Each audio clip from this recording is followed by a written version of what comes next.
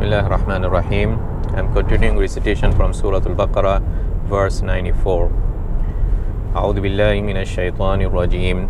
قل إن كانت لكم الدار الآخرة عند الله خالصة من دون الناس فتمنوا الموت إن كنتم صادقين ولن يتمنوه أبدا بما قدمت أيديهم والله عليم بالظالمين ولتجدنهم أحرص الناس على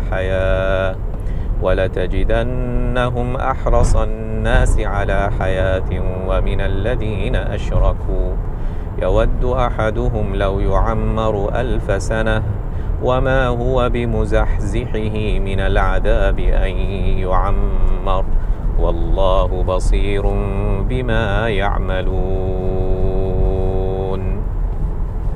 Allah continues exposing the Jews and exposing their inner traits in their hearts. And these are the things that made Jews Jews.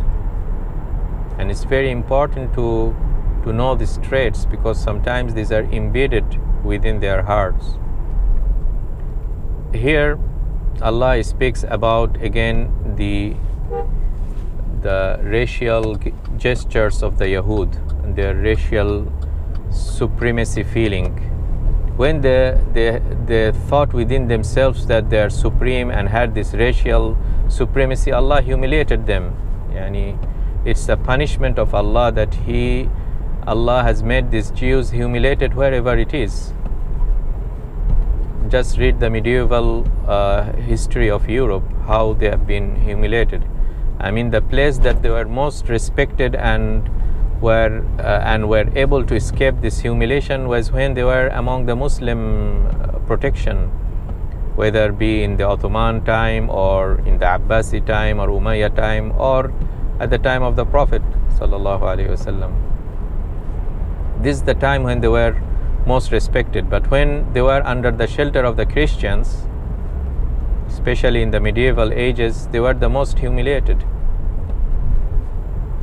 So anyway, the Jews, out of their supremacy concept, they said that we are the sons of Allah and we'll enter Jannah, and Allah has written Jannah for us because we are Abna'ullahi wa Ahibba'uh, we are the most beloved sons of Allah. We'll never be exposed to punishment. We have so much things awaiting for us in Akhirah. So Allah is just testing this claim with a small question. إن كانت لكم الدار الآخرة عند الله خالصة من دون الناس فتمنوا الموت. Why don't you look forward for Akhirah? If you are sure that in Akhirah is awaiting for you all these bounties and favors, why don't you look forward to it? Rather, you cling to this world. You are the one who try to blaze the fire of wars among other nations, and you benefit from it. You try to stay secure by raising wars against other nations. You are the one who built the banking empires by your usury and riba tools. This is the Rothschild and the 5 brothers of Rothschild who are building their banking empire out of the main European cities, benefiting from the Napoleon War and all the wars that happens. Throughout the history, they have been benefiting from this. So you are a people of this world. You are never a people of the hereafter. That's why Allah exposes their inner feeling by saying وَلَنْ يَتَمَنَّوْهُ أَبَدًا بِمَا قَدَّمَتْ أَيْدِيهِمْ وَاللَّهُ عَلِيمٌ بِالظَّالِمِينَ وَلَتَجِدَنَّهُمْ أَحْرَصَ النَّاسِ عَلَى حَيَاةٍ. They are the one who loves this world the most, even maybe more than the mushrikeen. So this world is their world. They don't want to leave this world. They are attached to this world. They would even prefer staying in poverty as long as they live alive. No problem, we'll stay in ghetto, we'll stay in our poverty. Ala haya, whatever is the haya. Allah has made the word ala haya to mean that whatever haya it is, it's nakira, indefinite. Any haya is okay as long as we stay in this world. They never want to leave this world. أحرص الناس على حياة ومن الذين أشركوا يود أحدهم لو يعمر ألف سنة. They would love to stay even 1,000 years if they were able to have this alchemy and the water that gives eternity. They would have drank it because they don't want to leave this world.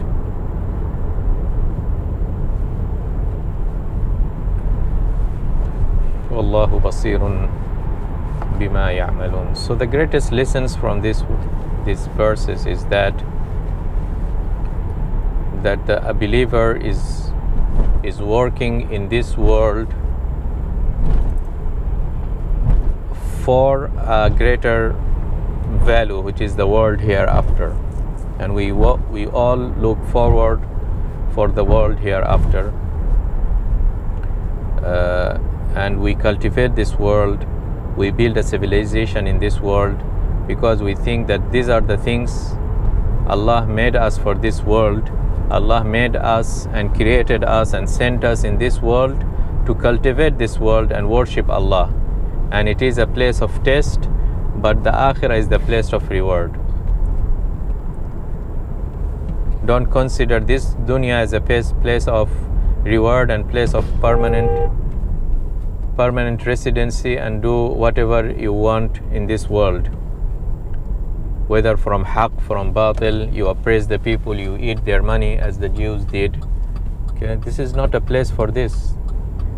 Don't forget that you will be subjected, will be questioned for everything you do in this world, including your property, including your money. Also, another lesson from this world is and from the previous verses that I recited in the previous video, is the worship of the ijl, of the cow. They were worshipping this cow. Okay, and here in this verse, Allah has compared the Jews with the mushrikeen, with the polytheists, with the mushrikeen in their common trait that they both are attached to this world, because maybe they are not awaiting anything in the hereafter. Have you seen that banner that says "One life, live it"? So this is the concept of the materialistic world, similar to the contemporary world that is in the Western mindset. The atheistic view that is one world, just live it. So this is a common thread between the atheists, between the Jews, and between the mushrikeen. And when it comes to the mushrikeen in this time, one of the leading sects and religion that come to our mind is the Hindu in India. They have thousands of gods, and among them is the cow as well. They worship the cow, right? So this is a common thread that combines the Judaism with Hinduism from that perspective, and combines the materialism in the capitalist sense. When you see that bull in the Wall Street Journal, Wall Street in New York, as I said in the previous video, it's just a symbolic gesture. And it's very evident the cooperation between India and Israel today from the political arena.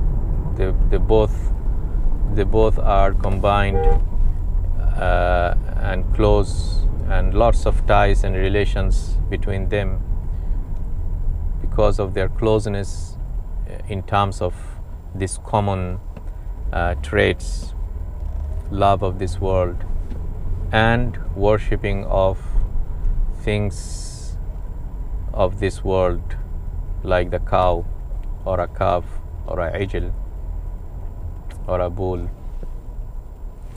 So may Allah protect us from all the conspiracies of those. And make us among the people of akhirah. Ali radiallahu anhu used to say, Allahumma ja'alni min abna'il akhirah. لِكُلِّ مِنْهُمَا بَنُونَ. This world has its own children, and the world hereafter has its own children.